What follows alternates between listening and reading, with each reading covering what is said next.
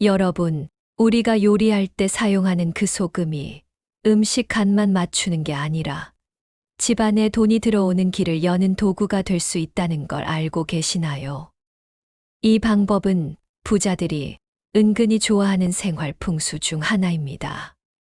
실제로 재물을 크게 모은 집들은 풍수적으로 기운이 모이는 자리에 소금을 두어 집 안으로 들어오는 탁한 기운은 막고 좋은 기운은 붙잡는 습관을 만들곤 합니다. 왜 하필 소금이냐고요? 소금은 우리 일상에서 꼭 필요한 물건이기도 하지만 풍수에서는 오래전부터 정화와 차단의 상징으로 여겨져 왔습니다. 즉, 소금을 어디에 두느냐에 따라 금전운이 들어오는 흐름이 달라질 수 있다는 뜻입니다. 그래서 오늘 영상에서는 딱 이것만 집중해서 알려드리겠습니다. 돈복을 부르는 소금단지 위치, 그리고 반대로 운을 막아서 일이 꼬이게 만드는 금기 위치까지 집에서 바로 따라 할 수 있게 정확히 정리해 드릴게요. 영상 시작하기 전에 이런 재물운 금전운, 풍수를 계속 놓치지 않고 받고 싶으시면 구독과 좋아요 한 번만 눌러주세요. 댓글로 원하시는 소원을 남겨주시면 구독자 한 분 한 분께 대운과 행운이 함께 하시길 진심으로 기원드리겠습니다. 그럼 소금 풍수 비법 바로 시작하겠습니다. 소금은 과거부터 우리 생활에서 아주 귀하게 여겨졌습니다. 요즘은 어디서나 쉽게 구하지만 예전에는 소금을 얻는 게 쉽지 않았고 그래서 금처럼 값비싸게 쓰이기도 했습니다. 실제로 조선시대에는 소금이 세금으로 쓰이기도 했고 소금을 가진 사람은 큰 부를 이루기도 했다는 기록이 전해져요. 그래서 소금이 곧 돈이다라는 말이 나온 겁니다. 풍수적으로도 소금은 의미가 큽니다. 소금은 뜨거운 태양과 바람, 자연의 에너지를 받아 만들어지는 결정체입니다.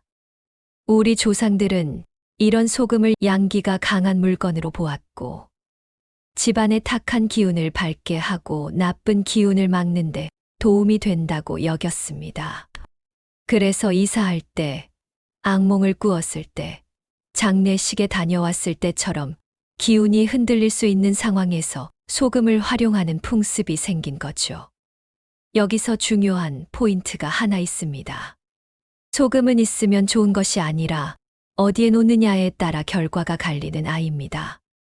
소금을 좋은 자리에 두면 돈복을 부르는 흐름을 만들 수 있지만 반대로 잘못된 자리에 두면 편안해야 할 기운까지 무겁게 만들 수 있습니다. 그러니까 오늘은 소금 자체보다 소금이 놓이는 자리를 확실히 잡아드릴게요. 자, 그럼 지금부터 돈복을 부르고 금전운을 높여주는 소금 풍수 비법을 순서대로 알려드리겠습니다. 첫 번째, 소금은 가능하면 천일염을 사용하는 것이 좋습니다. 천일염은 바닷물을 햇볕과 바람에 자연스럽게 말려서 만든 소금이죠. 풍수에서는 이런 자연 그대로의 재료가 정화력과 기운이 더 맑다고 봅니다. 왜냐하면 정화라는 건 결국 인위적인 힘이 아니라 자연스러운 흐름을 회복하는 것이기 때문입니다. 굵은 소금이든 고운 소금이든 상관은 없습니다. 다만 너무 향이 강하게 첨가된 소금이나 향신료가 섞인 소금은 풍수 실천용으로는 권하지 않습니다. 왜냐하면 소금의 정화 상징이 흐려질 수 있기 때문입니다. 두 번째, 소금은 반드시 도자기 그릇, 즉 흙으로 만든 단지에 담아두는 것이 좋습니다. 간편하다고 플라스틱이나 유리병에 넣는 분들이 있는데요. 풍수에서는 흙의 기운이 공간의 중심을 잡아주고 기운이 한쪽으로 치우치지 않게 균형을 잡는다고 봅니다. 그리고 소금의 강한 양기와 도자기의 토기운이 만나면 집안의 탁한 기운을 안정적으로 눌러주고 정리해주는 역할을 한다고 보는 거죠. 도자기의 크기는 너무 크게 고민하지 마세요. 크다고 더 효과가 커지는 게 아닙니다. 중요한 건 단지의 크기가 아니라 소금 단지를 두었다는 행위 자체가 기운 루틴을 만든다는 점입니다. 단지에 뚜껑이 있는 제품을 추천드립니다. 왜냐하면 소금이 흡수한 탁한 기운이 공간에 다시 퍼지지 않도록 닫아두는 의미가 있기 때문입니다. 꼭 완전 밀폐가 아니라도 좋지만 뚜껑이 있으면 관리가 훨씬 좋아집니다. 그리고 소금의 양은 단지의 3분의 2 정도가 가장 좋습니다. 왜냐하면 소금을 가득 채우면 흡수할 여백이 부족해질 수 있고 반대로 너무 조금 넣으면 단지의 상징성이 약해져 기운이 흐려질 수 있다고 보기 때문입니다. 여기서 반드시 지켜야 할 금기. 소금은 완전히 마른 상태로 넣어야 합니다. 단지 안에 물기가 남아 있거나 소금이 젖어 있으면 소금이 굳어버리고 냄새가 나고 관리가 어려워집니다. 풍수적으로도 습기는 탁한 기운을 끌어들이기 쉬운 요소이기 때문에 소금 단지, 실천에서 건조함은 기본 중의 기본입니다. 자, 이제 가장 중요합니다.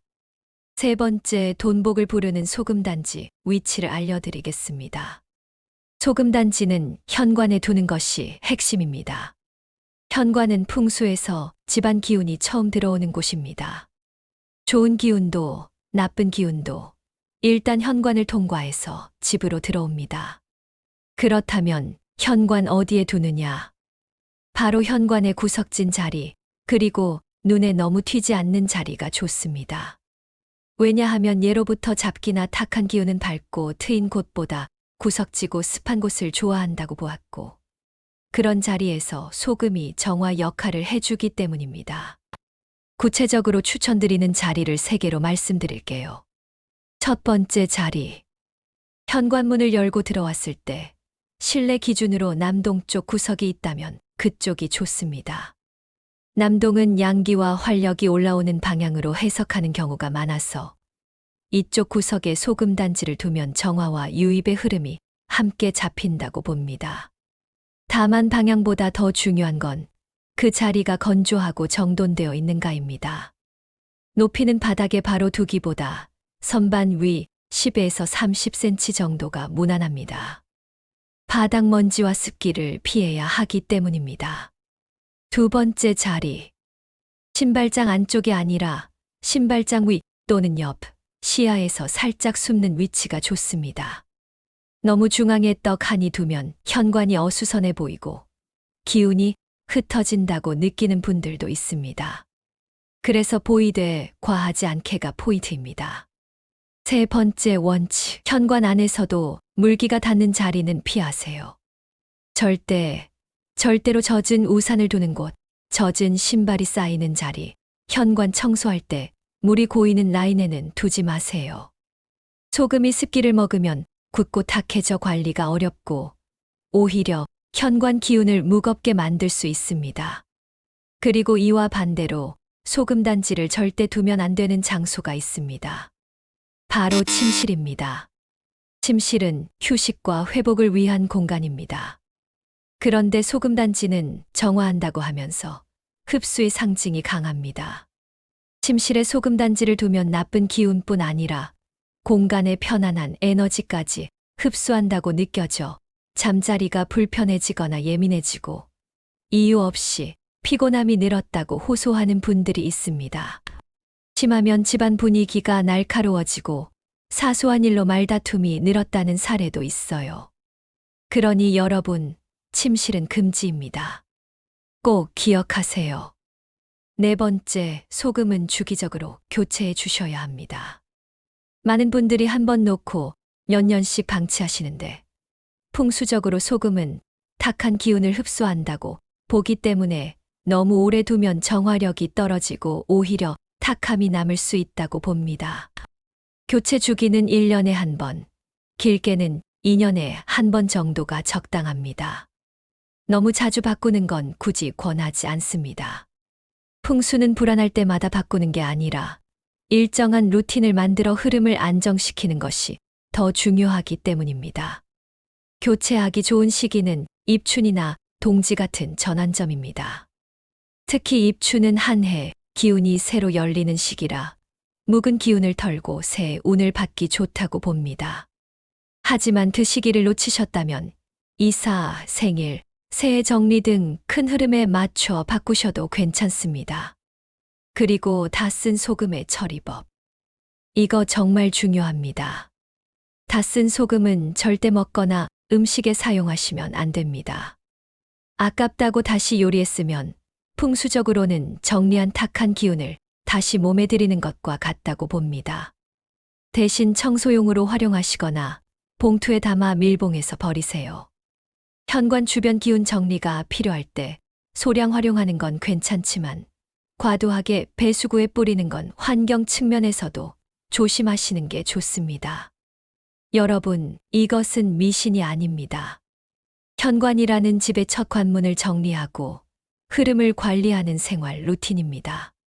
비용도 거의 들지 않고 10분이면 됩니다. 이 작은 실천 하나가 돈이 들어와도 새는 흐름을 머무는 흐름으로 바꾸는 첫 단추가 될 수 있습니다. 오늘 당장 현관 구석 한 곳부터 정리하고 소금 단지 하나 놓아보세요.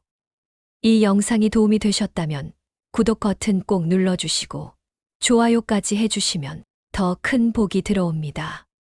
댓글로 여러분의 소원과 경험도 남겨주세요. 다음에는 돈이 새지 않는 풍수비법의 포인트를 더 강하게 정리해 드리겠습니다. 여러분의 가정에 복과 재물이 가득하시길 기원합니다. 감사합니다.